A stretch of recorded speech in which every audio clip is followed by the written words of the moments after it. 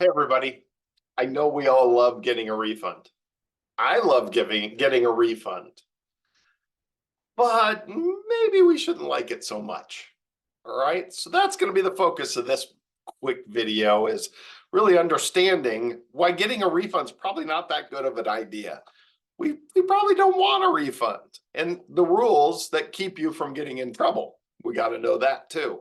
All right, so along the way, throughout the year, we get our paychecks, we get our Social Security, we get our pensions, our investment withdrawals, Social Security, quarterly estimated payments you're making. You are paying taxes all along the way.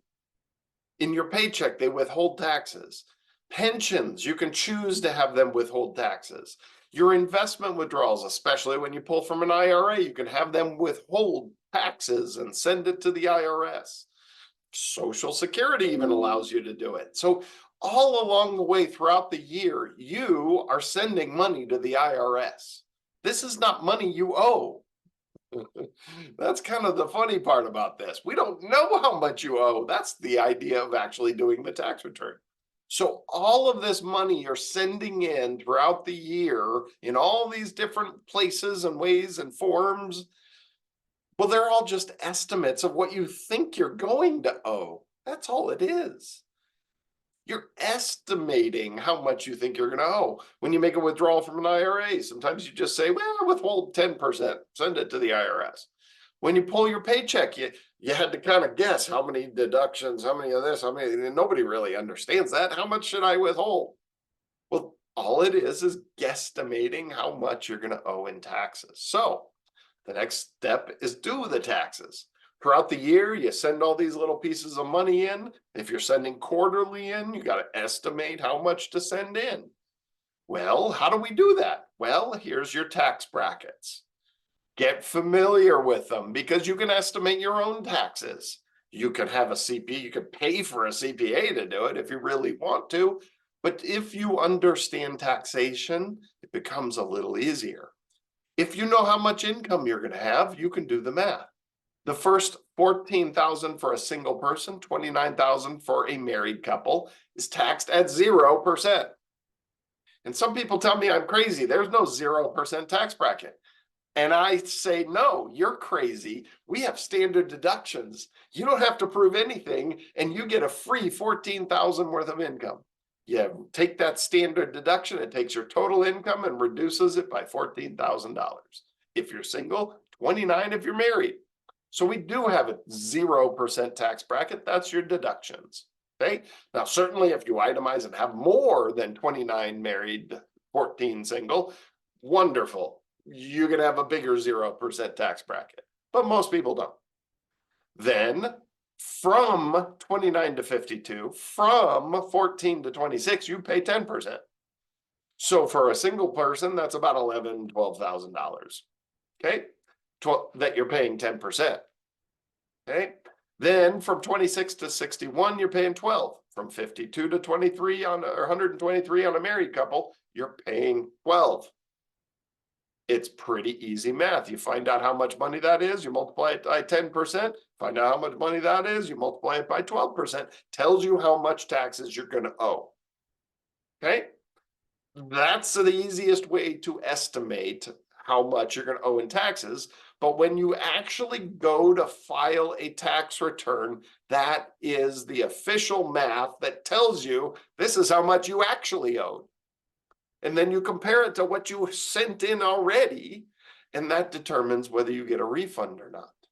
Okay? So the IRS will not charge you an underpayment penalty if you pay at least 90% of the taxes you owe for the current year. Did you estimate properly? Right? Or 100% of the taxes you owed the previous year. So if you owed $10,000 in taxes last year, as long as you pay $10,000 in estimated taxes this year, no matter how much you owed, you're within the parameters. They won't charge you the penalty. You owe less than $1,000 after subtracting withholdings and credits, meaning they'll give you that margin of error of $1,000. Or Did you pay in how much you owed last year? We'll give you all the leeway in the world. Or did you get close enough? 90% of what you owed. They're not going to charge you penalties. So when we read that and understand that, if you get a refund, you simply overestimated how much you would owe and lent the IRS some of your money for the year. Good job. I know we all want to lend the IRS money out of the goodness of our hearts. If you underestimated throughout the year, you run the risk of being penalized, right? If you don't meet this criteria, then they're going to start charging you penalties. That's not good. And if you did not owe or get back money, you are a genius.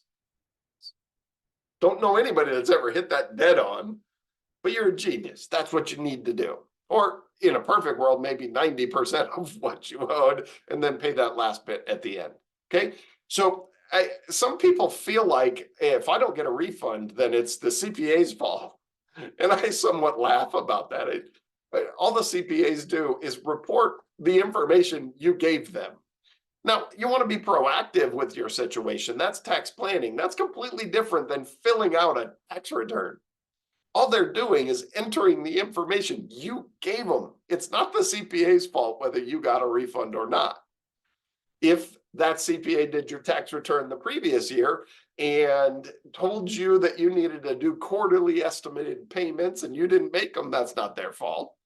If they estimated the wrong amount and you got penalized, maybe you can blame them for that. But the reality is getting a refund is not necessarily a good thing. Okay? You're literally handing out your money throughout the year and then getting it back. And they don't really pay much in the way of interest, so it's not like it's a good investment. You're not lending it to somebody and making profits. So be careful next time you get a refund. I wouldn't brag about it too much. It says that you made a mistake and gave them too much money throughout the year. All right, everybody. Hopefully that helps. And now you know the rules on whether you have to worry about paying that penalty or not. So always happy to help. The full class, I have the tax class the month of February, and the nonprofit website, fpfeaz.org, is where you can find the full class schedule for all of our live classes in person and over Zoom. We also always post the class of the month up there. So if you happen to watch this in February, jump on that website. You can watch the full tax planning class. That is always a very popular class.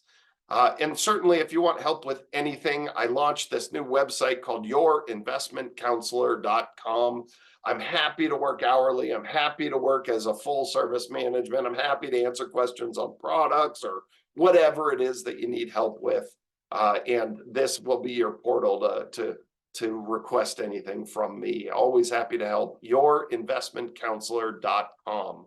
So jump on FPFEAZ, find out about all those full form classes. Keep coming back because I'm going to make tons of these tax videos this month, and we're going to fill up the little taxes side of this, and we're going to make them quick and easy just like this. All right, everybody, have a great evening, and we'll see you next time.